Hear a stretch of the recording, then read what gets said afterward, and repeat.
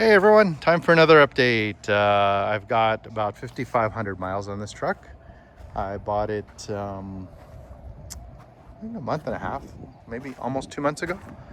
Uh, and it's been an interesting journey, to say the least. I kind of have had some issues, and so let's talk about it, okay? I've been using it a lot as a truck.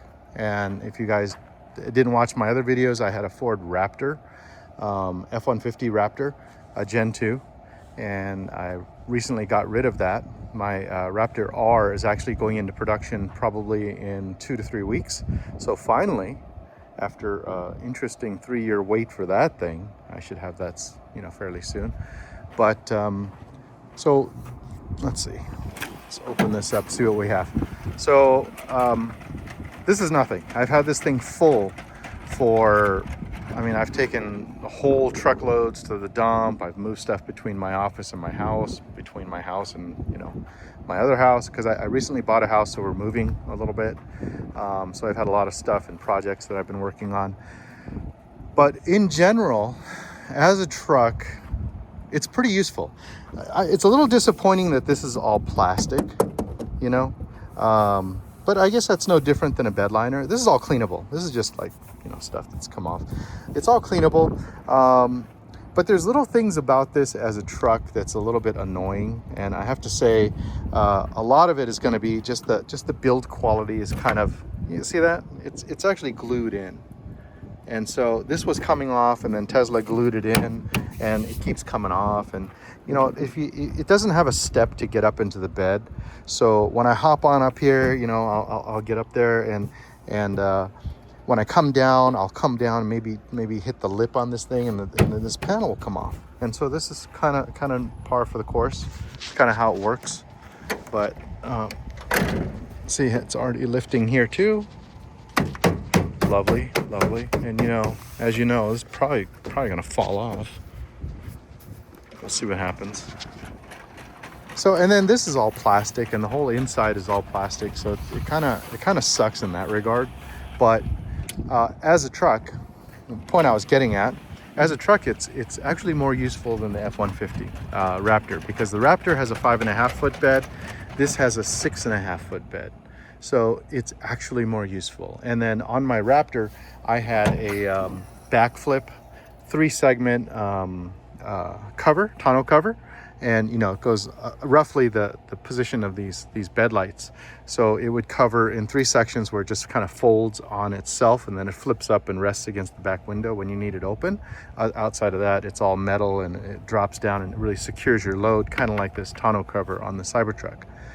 The problem with that type of cover is you're missing this entire wedge, which is about 1.5 feet, 18 inches, maybe 20 inches from the light all the way up to here. And that's a significant amount of load that you can carry in the truck vertically. So I found just that small space to be super useful. What's not useful is that it's got this little lip here, and this lip makes it so you can't have large items using the entire bed.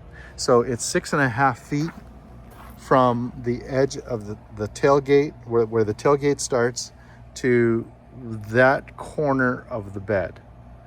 And if you look at it, because of the way this is, between this point and this point is useless for tall items.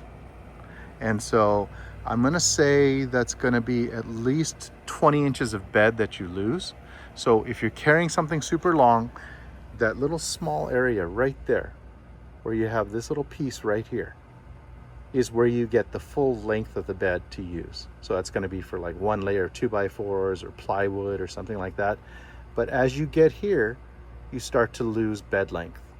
And then you have to drop down your tailgate to get anything longer than 6.5 feet in this bed. So then it effectively becomes a 5.5 foot bed, maybe even shorter than a 5.5 foot bed. Up here, like a 5 foot bed, up in this area right here. So, and you can't tell scale on this video, it's just, it's how it is. But yeah, so it's more useful, yet there are limitations. And I don't know about the durability of these side panels. Again, it's all plastic. The bed is all plastic. I have used the under storage area. I've used that as a cooler quite often, so that's been pretty useful. Man, this thing is pissing me off. I'm gonna have to get some hot melt glue or something and just, I don't know. Okay, so I've been using it as a truck. It's been doing pretty good. I don't know how long these tires are gonna last. Again, I have 5,500 miles on it. It's doing okay. The side steps have been great. My wife hasn't complained at all about the height. So reliability wise, okay. So I've taken it in for things here and there, and you can't tell right now, but this is not quite lined up. It's not lined up. It's off. Like I said, you can't tell in the video, but it's off by like this much. It's literally off by this much. So the tip of this should be right around here. And so because it's slightly offset, because it's slightly crooked, when you're driving on the highway at higher speeds, you see this moving back and forth. You see it kind of moving back and forth, and I'm sure it's probably creating some wind noise because it's not straight in the path of travel. It's more, cocked to the side, so it becomes an aerodynamic issue, so it's going to be a little noisy. So I've taken it in twice for that, and they still haven't fixed it. So you could see it should be straight like this, but it's like that. And it's not supposed to butt up against the edge of the sail panel. It's actually just supposed to be a little straighter. So there's that. The last time they adjusted it, they did something inside my frunk, and now the inside frunk button no longer works. So I got to go back for that. This little piece keeps on lifting. I don't know what the story is here, but it keeps on lifting. And I have a massive wind leak right here. And so if you followed my saga, my trucks, it's literally a mess because I use it as a truck now. So use it for travel, and I use it as a truck. So what was the issue? I had a problem with my window. My window was leaking. A lot of air right in this area.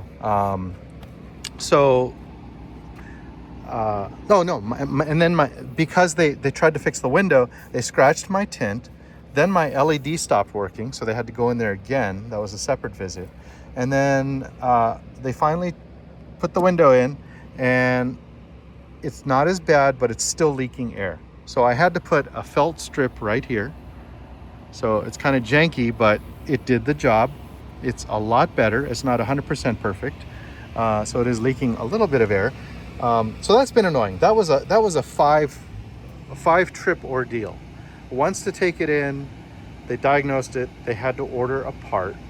2, because they screwed up the tint, they decided they weren't going to peel the tint. They wanted to change the window, so they had to order a window. 3, they put it all together. They fixed it. Then my LED didn't work, so I had to go back in again. 4, had to go back because it was leaking air, and so they did an adjustment, and I went with the tech, and the tech said it's leaking air right here. Window needed to be adjusted forward. And 5 was again for the same thing, and they said, well, we don't hear any noise, but it sounds literally like the window's open on the highway. No exaggeration. Their explanation was that the truck is not super aerodynamic. It makes wind noise. And I said, okay, well, you don't hear that on the driver's side. It's on the passenger side. It's as if I cracked open my window about 2 to 3 millimeters. That's how loud it is. But this fixes it for now. I'm fine with that. This truck has been all about compromises. The one thing that I truly do love, and I know that this bothers a lot of people, fingerprints, Windex fixes that right up. I don't even care about that. But what's been really nice is that some people go crazy over these little water spots and all of that. But having this truck in stainless steel has been liberating. I still have it, my black Model X Plaid. And so that car I can't even take to the car wash. It's hand washed, it's ceramic coated, it's babied like nothing else, but it still looks beautiful after 50,000 miles because I take care of it. This one, I don't even care. I literally don't care. You can all pretty much not damaged this truck. I got a car wash pass. I go through the car wash once, twice a week whenever I just feel bored. Whenever it looks like it's dusty or got bugs on it. I haven't been there this week, but it's amazing.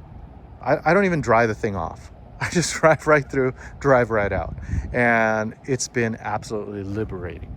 The fact that I don't care about the little water spots, the fact that I don't care about the fingerprints, and you know, it's so nice.